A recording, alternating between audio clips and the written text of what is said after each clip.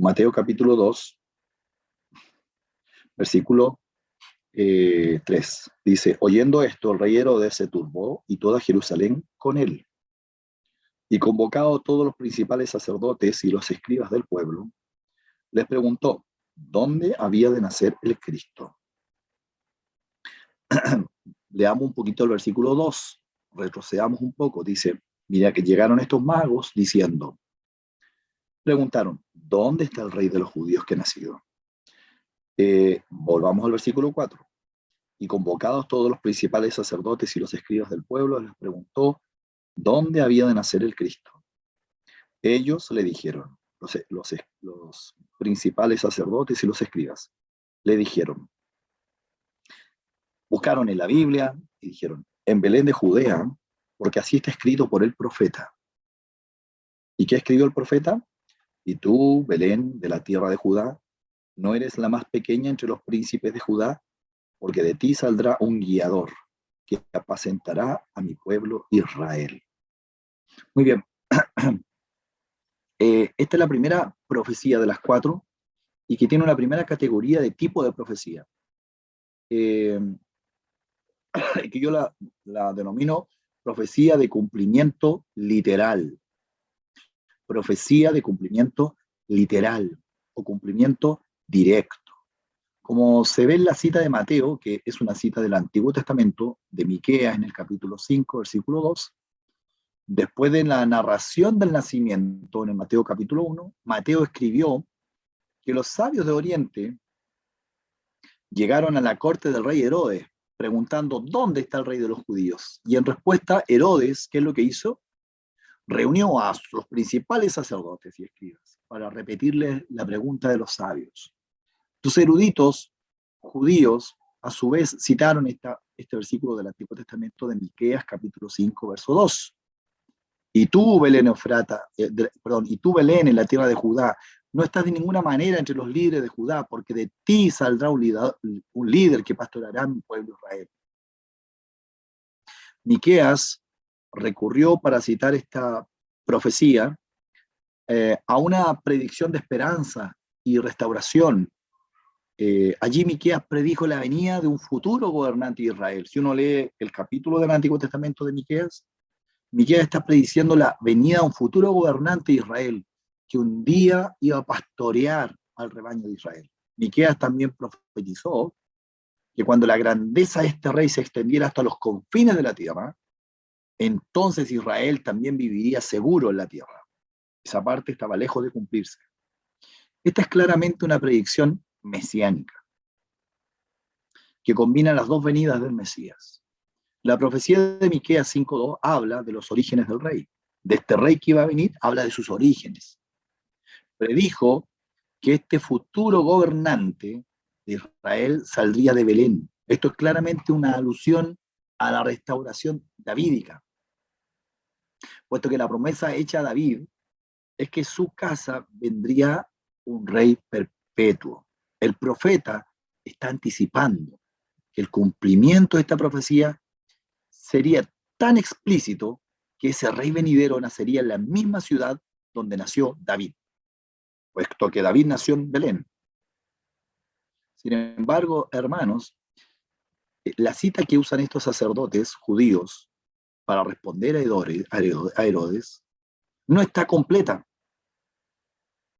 Vamos a Miqueas, capítulo 5, versículo 2.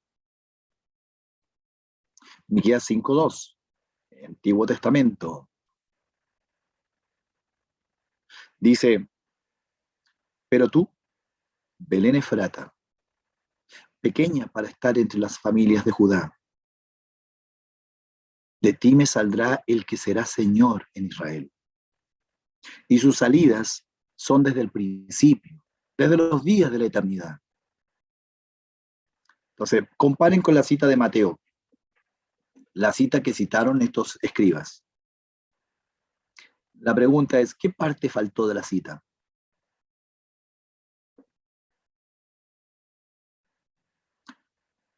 Faltó algo, ¿cierto? Está incompleta, pero ¿qué parte faltó? Sí, correcto. ¿De qué habla esa parte omitida? habla de la naturaleza de este rey, de su origen. Es decir, la primera parte de la profecía habla de que efectivamente iban a nacer en Belén, uno que sería rey, que sería señor en Israel. Pero la segunda parte de la profecía dice el origen de este rey. Si bien va a nacer, en realidad, aunque nazca, este rey no tiene su origen en ese nacimiento, sino que su origen es desde el principio, desde los días de la eternidad.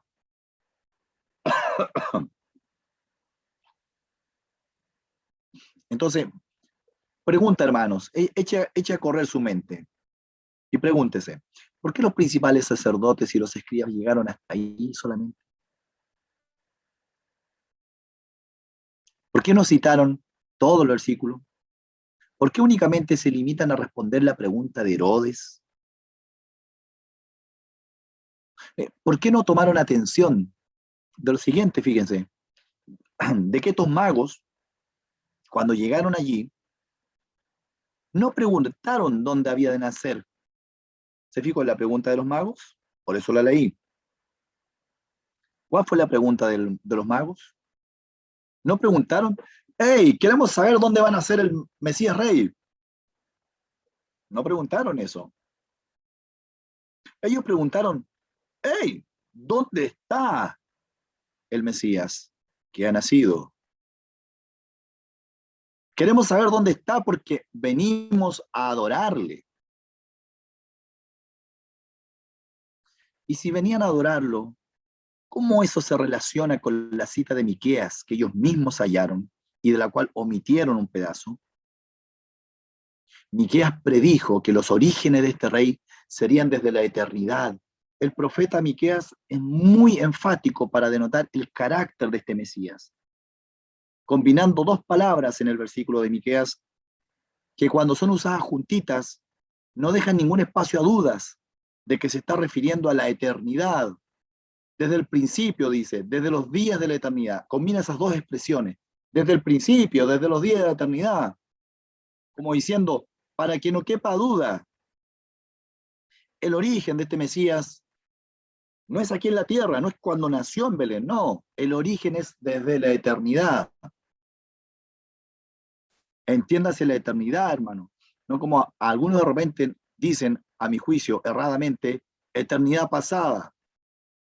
No existe tal cosa como eternidad pasada, ni presente, ni eternidad futura. No existe tal cosa. La eternidad es eternidad, no tiene apellido.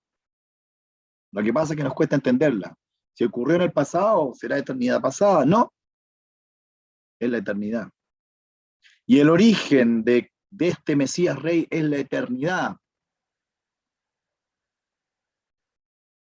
Aparentemente los magos entendían mucho mejor eso que los sacerdotes, porque venían a adorarle. Y los sacerdotes o no quisieron, o no comprendieron, o voluntariamente omitieron el trozo de la profecía que hablaba de que este Mesías Rey era Dios mismo encarnado. De acuerdo con su herencia humana, descendería de la familia de David, que vivió en Belén, y nacerá en esa misma ciudad, a pesar de que tiene una línea divina de descendencia que lo lleva claramente de regreso a la eternidad. Él será humano y divino. ¡Qué misterio! Indiscutiblemente, como dice Primera de Timoteo, grande es el misterio de la piedad. Dios fue manifestado en carne, justificado en espíritu. Así que, hermano, hermana, si tú estás en esta reunión, si hay algo que debes saber del nacimiento de Cristo, es que este Cristo es Dios manifestado en carne, el cual siendo en forma de Dios no estimó el ser igual a Dios como cosa que aferrarse, sino que se despojó a sí mismo tomando forma de siervo, hecho semejante a los hombres, y estando en la condición de hombre, se humilló a sí mismo, haciéndose obediente hasta la muerte y muerte de cruz. Si los escribas omitieron aquello que no querían ver, la pregunta si acaso, que yo me hago es si acaso yo como creyente, o tú también como un hijo de Dios, estás omitiendo, borrando de tu conciencia algún aspecto del carácter de Cristo que no quieres mirar. Si estás borrando de tu conciencia u omitiendo voluntariamente algún aspecto del carácter de Cristo que no quieres mirar, porque no quieres ser impactado por ella. La Biblia dice en 2 Corintios, por tanto, nosotros todos, mirando a cara descubierta, como en un espejo la gloria del Señor, somos transformados de gloria en gloria en la imagen como por el Espíritu del Señor. Somos transformados mirando a Cristo, a cara descubierta, hermana, hermano, a cara descubierta, no tapando partes ni evitando aspectos. Por lo tanto, según el registro de Mateo, cuando Herodes preguntó a los sacerdotes y escribas dónde nacería el Mesías, los eruditos judíos y Mateo, al escribir, escogieron el versículo correcto, Miqueas 5:2, y lo interpretaron literalmente. El versículo dice que es Belén, nació en Belén.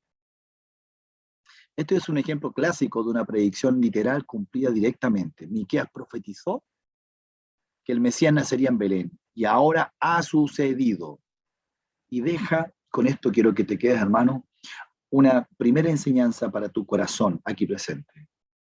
El Jesús que habla a través de su palabra y por su Espíritu Santo, y que hoy te habla a tu entendimiento para moverte, para levantarte, ese Jesús es Dios mismo que se encarnó para venir a este mundo y morir en una cruz. No a causa de las heridas, no a causa de los romanos, sino por ti y por mí, a causa de tus pecados y de los míos, para ofrecerte perdón en su muerte. Ese mismo Cristo te llama a seguirle, a ser su discípulo, a serle fiel de todo tu corazón y de todo tu entendimiento. Segunda profecía, vamos a leer capítulo 2, versículo 15. Dice, versículo 14, y él, despertando, tomó de noche al niño y a su madre y se fue a Egipto. Y estuvo allá hasta la muerte de Herodes, para que se cumpliese lo que dijo el Señor por medio del profeta cuando dijo, de Egipto llamé a mi hijo. Muy bien. La segunda cita del Antiguo Testamento, Mateo 2, generalmente se entiende como un ejemplo clásico de cumplimiento tipológico, en tipología. Es decir, no es cumplimiento literal, es cumplimiento tipológico. ¿Qué es una tipología?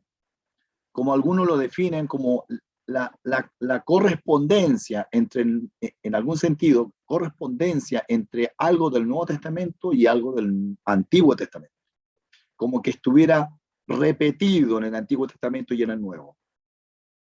Está relatado en el Antiguo Testamento y vuelve a estar relatado en el Nuevo Testamento, y yo los comparo y son muy similares. Tipo y antitipo, tipología. En línea obviamente con el carácter inmutable de los principios de la obra de Dios. Es decir, se encuentran tipos, tipología, relacionados con la obra de Dios. Después de la narración del ángel diciéndole a José que huyera a Egipto para salvar al niño de los soldados de Herodes, Mateo contó que la familia permaneció en Egipto hasta la muerte de Herodes. Según Mateo, estos eventos tuvieron lugar para cumplir lo que fue hablado por el Señor por medio del profeta, que dijo, de Egipto llamé a mi hijo. Es la cita de Oseas, que estaba hablando claramente, Oseas 11, de la partida de Israel de Egipto en el Éxodo. Y no está hablando del Mesías, esa cita. Está hablando de Israel. Oseas 11:1 muestra esto más allá de toda sombra de duda. Dice así Oseas 11:1, cuando Israel era niño, lo amaba, y de Egipto llamé a mi hijo. Israel. La primera estrofa es paralelo al hijo del que se habla en la segunda estrofa. Oseas indudablemente tenía en mente el Éxodo, ahí relatado en el capítulo 4 de Éxodo, donde dice, Israel es mi hijo primogénito. Por lo tanto, el mismo paralelismo es evidente en Oseas. Entonces la pregunta es, ¿Por qué Mateo toma un versículo que se refiere claramente a Israel y luego sostiene que el regreso de Jesús de Egipto es su cumplimiento? La base del uso de Mateo, que hace de Israel como un tipo del Mesías, es decir, como un símil del Mesías, pertenece y se halla para poder tener eh, el atributo de decir que es un símil, ¿eh? Se halla en números 23 y 24. No lo busquemos porque es un relato largo, extenso, pero les recuerdo de qué se trata. Yo creo que todos conocen la historia relatada en esos dos capítulos, que es la historia de Balaam y Balac, que presenta a Israel como un tipo general del rey Mesías. En estos dos pasajes de números 23 y 24, podemos reconocer el tipo, específicamente la salida de Egipto como un punto de correspondencia y similitud entre Israel y el futuro rey Mesías.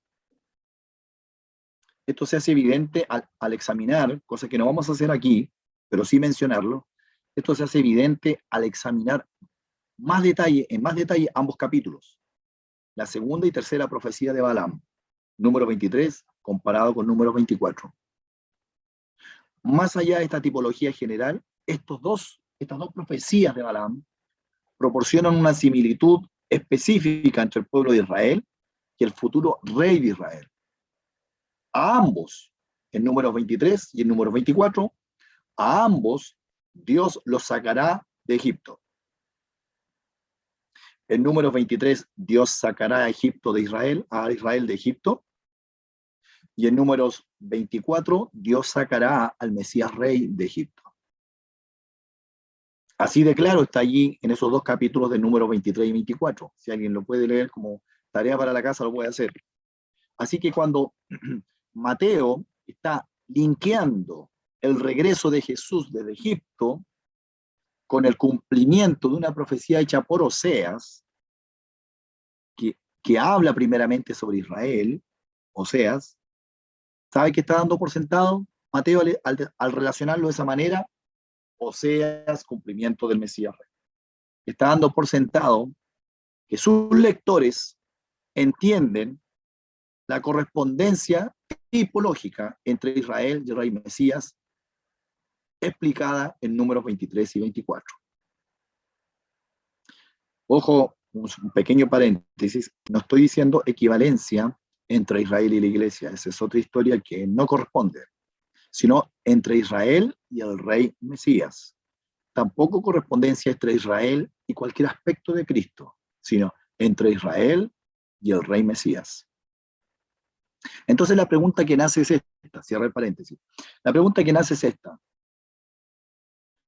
¿Por qué, si la tipología está explicada en números 23 y 24, y ahí también dice el número 24, dice que Dios de Egipto llamó a su hijo, o mejor dicho, de Egipto llamó a su rey Mesías, eso es lo que dice? ¿Por qué no citar simplemente números 24, 8? En vez de estar citando Oseas, si había que ir a mirar números 23 y 24 para entenderlo. Bueno, sin embargo, Mateo cita Oseas.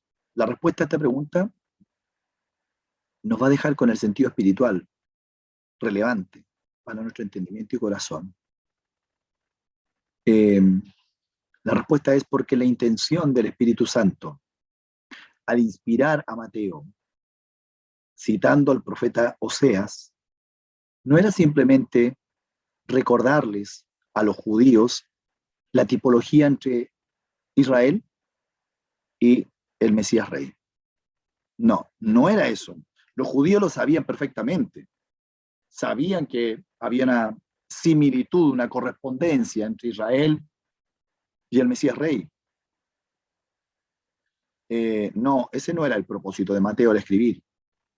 Mateo no está simplemente describiendo el viaje desde Egipto como retorno. Tiene un propósito. al colocar esta profecía ahí, sino que Mateo quería enfatizar, como lo hace Mateo así, suavemente, como una indirecta, quería enfatizar y poner en la conciencia de sus lectores, en tu conciencia, hermano, hoy día, la relación del Mesías con su padre como hijo. Fíjense que hay una gran diferencia entre lo que uno lee en Números y lo que uno lee en Oseas. En Números no dice, de Egipto llamé a mi hijo. Más bien dice, de Egipto llamé a Israel. Pero Oseas dice, de Egipto llamé a mi hijo.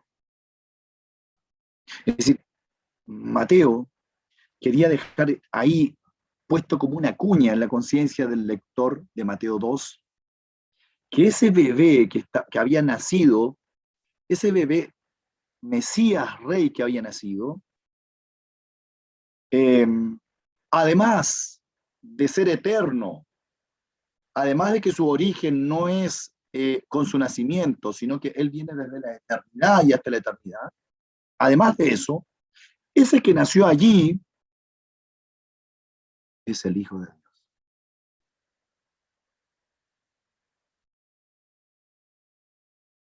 Este Mesías no es simplemente un profeta, el Salvador, no es únicamente un gran hombre, es la segunda persona de la Trinidad, el Hijo de Dios, quien vino, quien nació, quien se encarnó desde la eternidad al tiempo y se hizo presente en esta tierra con un gran y único propósito que traería gloria a Dios. Y ese propósito es de salvación. Ese Hijo de Dios es quien llama a tu conciencia y corazón esta tarde para que le aceptes si es que aún no eres creyente. Te compunjas delante de Él y reconozcas su muerte y la salvación de tu alma. Es al Hijo al que señaló el Padre para revelarte, para hablarte, para abrir tu corazón y entendimiento, para levantarte de entre los muertos y darte vida. Olvida mis palabras esta tarde, pero no olvides que es el Hijo de Dios que está llamando y hablándote a través de su palabra en esta tarde. Si eres un hijo de Dios ya, tienes la paz, la tranquilidad, del perdón de tus pecados, de tener comunión con Dios. Es ese Hijo de Dios el que llama a tu corazón, a tu alma, a tu entendimiento y te cela fervientemente para que te acerques a Él. Así que Mateo era tan importante para él esto, que él no hojeó indiscriminadamente su Biblia hebrea para ver qué versículo citaba del Antiguo Testamento, para sacarlo de contexto y así cumplir una predicción inexistente del Mesías. Tampoco creó arbitrariamente y sin justificación bíblica una interpretación tipológica descabellada. El caso de Mateo es un cumplimiento típico o tipológico. Ejemplifica el profundo conocimiento de las Escrituras que tenía Mateo, usando un tipo válido bien establecido en el Antiguo Testamento. Vamos con la tercera profecía, a ver si alcanzamos a terminarlas todas. Tercera, versículo 16.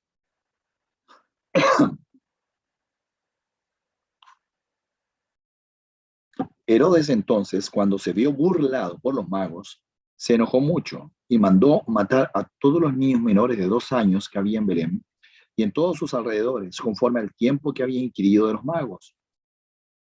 Entonces se cumplió lo que fue dicho por el profeta Jeremías, cuando dijo, voz fue oída en Ramá, grande lamentación, lloro y gemido, Raquel que llora a sus hijos y no quiso ser consolada porque perecieron. Muy bien, la tercera cita del Antiguo Testamento, en Mateo 2, es un ejemplo de cumplimiento, pero que yo llamo en aplicación. No es cumplimiento literal, no es cumplimiento tipológico, es cumplimiento en aplicación. ¿Qué es esto? Lo vamos a explicar. En esta sección, Mateo registra la respuesta de Herodes al ser burlado por los magos. Al relatar los eventos de la matanza de los inocentes, cuando cada niño varón menor de 2 años en Belén fue sacrificado, Mateo afirma, entonces se cumplió lo que fue hablado por Jeremías el profeta. Y cita Jeremías 31:15, que dice, se escuchó una voz en Ramá, un lamento con un llanto amargo. Raquel, fíjense, Raquel llorando por sus hijos, negándose a ser consolada por sus hijos porque ya no están. Esto lo cita Jeremías en momentos en que la nación de Israel estaba siendo deportada y sufriendo grandemente. El capítulo 31 de Jeremías gira en torno a una expectativa de la liberación de todo este sufrimiento en el tiempo del fin. Sin embargo, escondida en medio de este capítulo 31 de Jeremías está la razón por la que Judá necesitaba que se le recordara su futura liberación: la muerte y el exilio de la juventud judía a manos de los babilónicos. Jeremías 31:15 habla de Ramá, un lugar muy cerca de Belén, de Ramá como el lugar de llorar, porque allí, en ese lugar, Ramá, dicen los historiadores, fue donde los babilonios reunieron a los jóvenes cautivos de Judá antes de enviarlos al exilio. Eso uno lo puede leer en el capítulo 40 de Jeremías. Allí se decía que Raquel lloraba por sus hijos. Entonces la pregunta es, y esto es para entender la interpretación de la profecía, la pregunta es, Jeremías, en la época de Jeremías, ¿Raquel estaba viva o estaba muerta?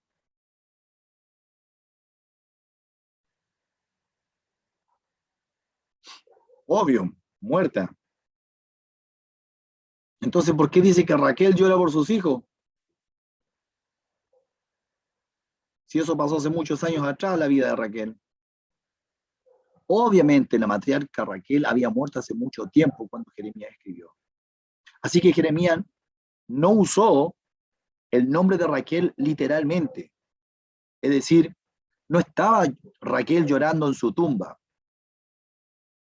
sino más bien simbólicamente, representando Raquel a todas las madres judías de la época en que estaba sucediendo. ¿Por qué Raquel? Porque Raquel era la esposa amada, la preferida. Por lo tanto, Jeremías afirma que las madres judías estaban llorando por sus hijos que habían muerto en la guerra con Babilonia y por los jóvenes que estaban siendo llevados a una tierra lejana como cautivos. Jeremías se refería al profundo dolor de las madres judías por la pérdida de sus jóvenes a manos de Nabucodonosor. ¿Cómo podría Mateo entonces citar la matanza de los inocentes como un cumplimiento de este texto? Según algunos eruditos, dicen de esta profecía, que esta es una de las citas más esquivas de Mateo en el Antiguo Testamento. Y pocos eruditos afirman con confianza haber comprendido exactamente lo que pretendía. Por tanto, puedo entender que Mateo 2, este pasaje que leímos, Mateo estaba citando un texto del Antiguo Testamento, haciendo uso del mismo principio aplicativo que usó Jeremías al referirse a Raquel como símbolo de la mujer judía y mostrando su relevancia para su propio día y tiempo. Mateo estaba aplicando las escrituras de la misma manera que lo estaba aplicando Jeremías. Les voy a poner un ejemplo para que se entienda. En una ocasión, una persona creyente tuvo un problema familiar médico bien delicado. Sin embargo, estaba su familia siendo atendida en la mejor clínica y el mejor equipo médico posible. Y cuando venían familiares y amigos para ayudarlo anímicamente, ¿saben qué le decían? Le decían, no te preocupes, le decían, tienen los mejores médicos y el mejor hospital. Lo cual era verdad. Pero ¿sabe qué él les decía? Él les respondía con un salmo. Y les decía así, algunos confían en carros y otros confían en caballos. Nosotros confiamos en el nombre del Señor. Es decir, literalmente, él estaba diciendo, esa profecía o ese versículo de Salmo se está cumpliendo en mi vida. Entonces, no es que ese Salmo anticipara la emergencia médica que este hermano iba a vivir. No era una profecía de la emergencia médica que él iba a vivir. Pero el principio de confianza explicitado en esa cita era perfectamente replicable en su situación presente. Es decir, aplicó ese versículo muy bien a su vida. Finalmente, también debemos fijarnos en la forma de expresarse de Mateo, porque esto es lo que sucede con esta profecía. Respecto a este cumplimiento específico, si lo comparamos con cómo se expresa respecto al cumplimiento de la profecía número 2 y número 1. Respecto a este cumplimiento, en contraste con el anterior dice así, la segunda profecía dice, fue para que se cumpliese, para que se cumpliese. Y aquí dice otra cosa, dice, entonces se cumplió. Hay una diferencia. En una hay un propósito, para que, y en la otra hay una constatación de un hecho.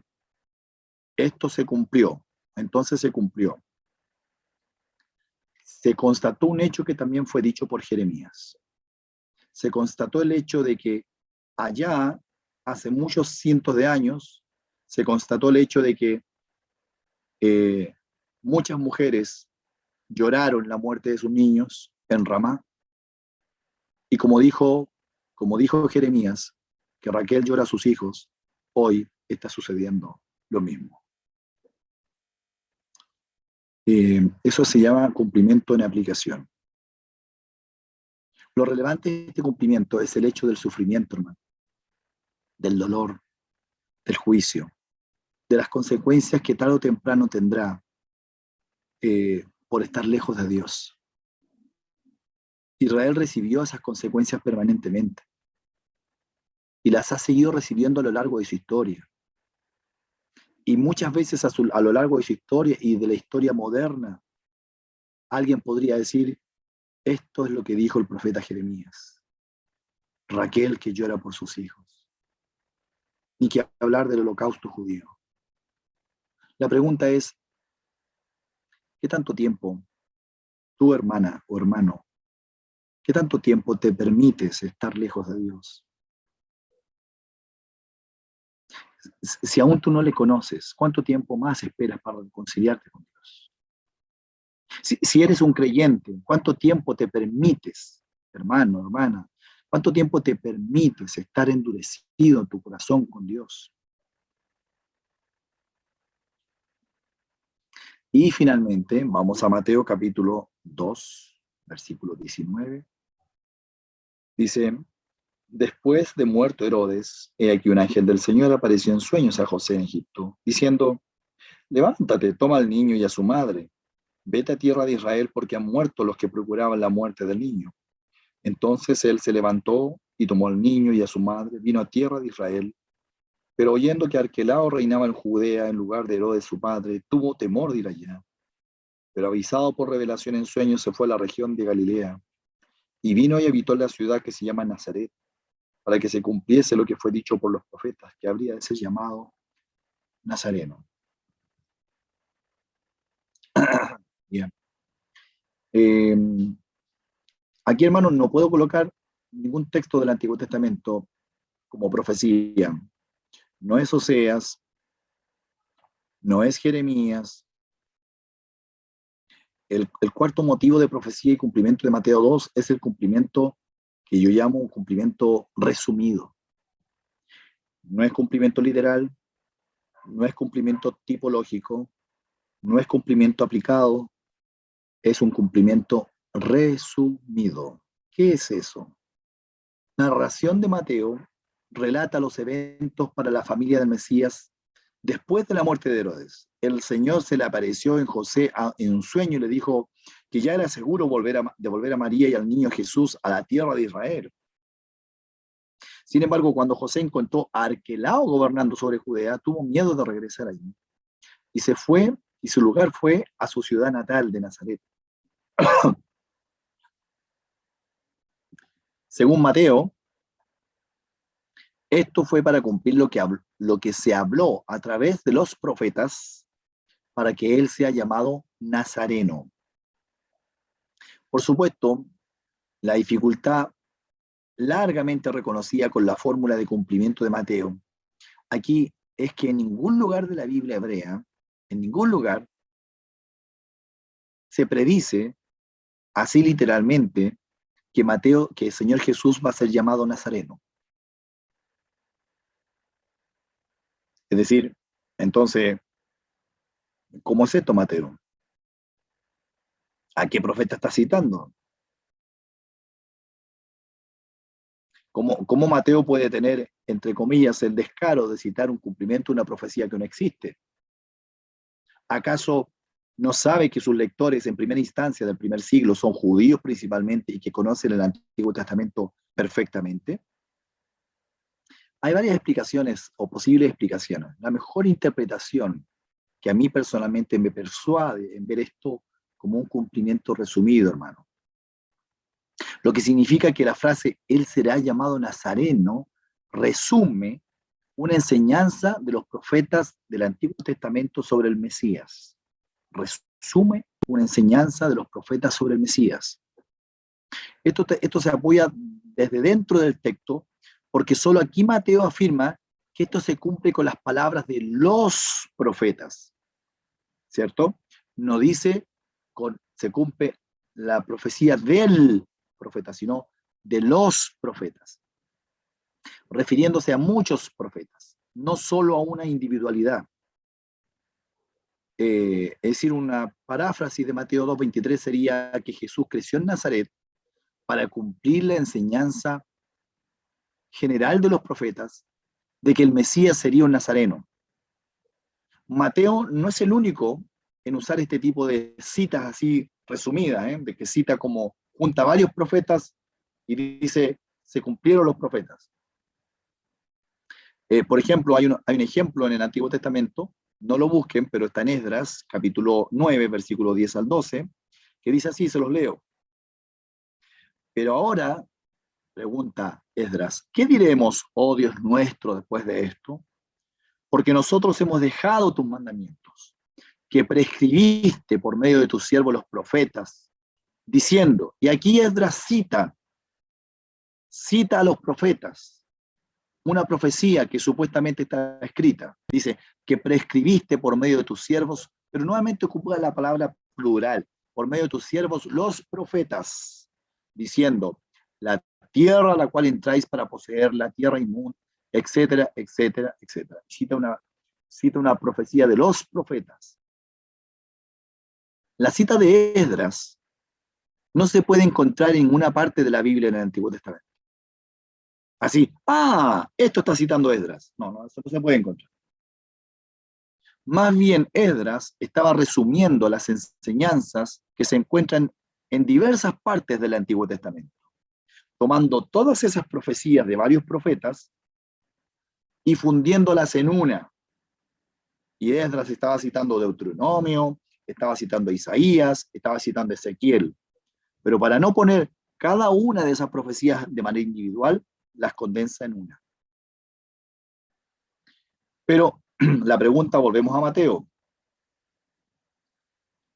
¿Qué tema está resumiendo Mateo al llamar Nazareno a Jesús? ¿Qué tienen en común las profecías bíblicas sobre el Mesías relacionadas con Nazaret? Si en el Antiguo Testamento no está esa palabra asociada al Mesías. Él está usando Nazareno, fíjense bien, como un término de burla y está resumiendo la enseñanza del Antiguo Testamento de que el Mesías debía ser despreciado. Que Nazareno era en sí mismo un término despectivo en el primer siglo es evidente por la reacción de Natanael, ¿recuerdan? Al escuchar de un Mesías de Nazaret. ¿Recuerdan qué dijo Natanael? Pregunta y dice, ¿puede salir algo de bueno de Nazaret? Es decir, para el pueblo judío, de Nazaret no podía salir nada bueno. Era una ciudad despreciable los que tenían sus orígenes allí. Además, en el único otro lugar donde Mateo usa Nazareno, se usa de manera despectiva. Allá en Mateo 26 dice, saliendo él a la puerta, cuando estaba Pedro negando al Señor en diferentes fases, le vio otra mujer a Pedro y le dice, dijo a los que estaban allí, hey, también este estaba con Jesús el Nazareno. Cuando ella dice Jesús el Nazareno, está diciéndolo de manera despectiva. El Nazareno. Así que, según Mateo, los profetas enseñaron, no directamente, no literalmente, que Jesús sería llamado el Nazareno, sino que sería el despreciado. El Mesías rey sería despreciado. Además, Mateo sostuvo que la reacción negativa a la venida del Mesías de la pobre y despreciada aldea de Nazaret iba a personificar la actitud burlona de Israel hacia su rey. El Antiguo Testamento, hermanos, presenta al Mesías despreciado en diferentes partes. Despreciado, rechazado, sufriente. Zacarías habla de Israel, el profeta, estimando su futuro rey con el valor de un esclavo muerto, así de despreciado. Así lo dice Zacarías. Israel va a estimar a su futuro rey Mesías con el precio de un esclavo muerto. Zacarías 11. Y Isaías, el profeta, predice más claramente, y lo conocemos todos, que el Mesías sería aquel que es despreciado, aquel que es aborrecido por la gente, que sufriría desprecio y escupitajos, que se levantaría de la oscuridad como una raíz de tierra seca, así de despreciado, y que sería despreciado, rechazado por los hombres. Por lo tanto, Mateo, usando el cumplimiento resumido, encapsula todo lo que los profetas escribieron sobre el Mesías siendo despreciado con la frase más concisa, él será llamado, yo lo traduciría, hermanos, él será llamado el despreciado. Así que Mateo inicia su capítulo 2 mostrando el desprecio que la tribu sacerdotal, los eruditos escribas, tuvieron por el rey que había nacido, el desprecio que el rey Herodes tuvo por él, el desprecio del pueblo de Israel por él. ¿Recuerdan ahí cuando supieron la noticia que venían los magos atravesando Jerusalén? Ellos solamente se inquietaron con la reacción de Herodes. Solo se turbaron dice que se turbó todo Israel con él, con Herodes. Esa fue su reacción. Lo presenta como el Dios eterno haciéndose hombre y naciendo en Belén. Eso hace el capítulo 2, como el Dios eterno, cumpliendo la promesa hecha a David. Luego lo presenta en la segunda profecía como en su relación con Dios como padre y él como hijo. Esa relación estrecha. Y que a ese hijo había señalado el padre para que nos revelara a Dios.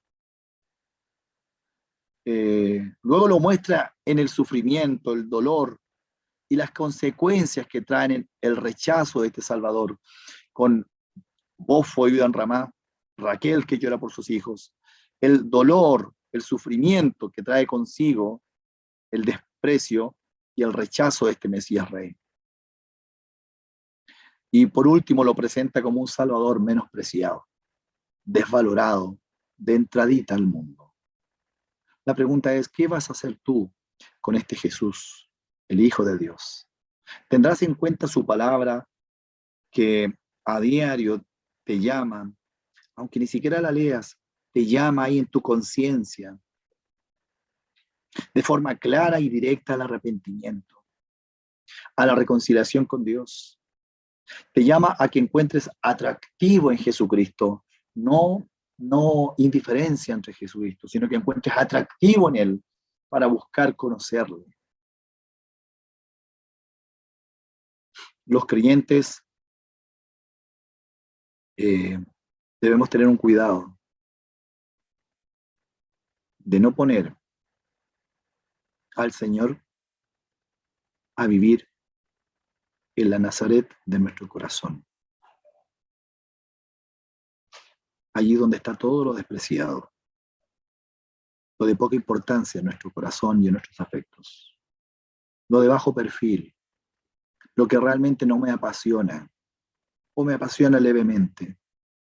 No pongamos a Jesús a vivir en la Nazaret de nuestro corazón, donde despreciamos su comunión, su trabajo de transformación en nuestras vidas, la obra del Espíritu Santo en nuestro ser, que nos cela y nos llama y nos guía con amor eterno cada día a buscarle y apasionarnos por él. Que Dios bendiga su palabra y muchas gracias, hermanos, por esta invitación.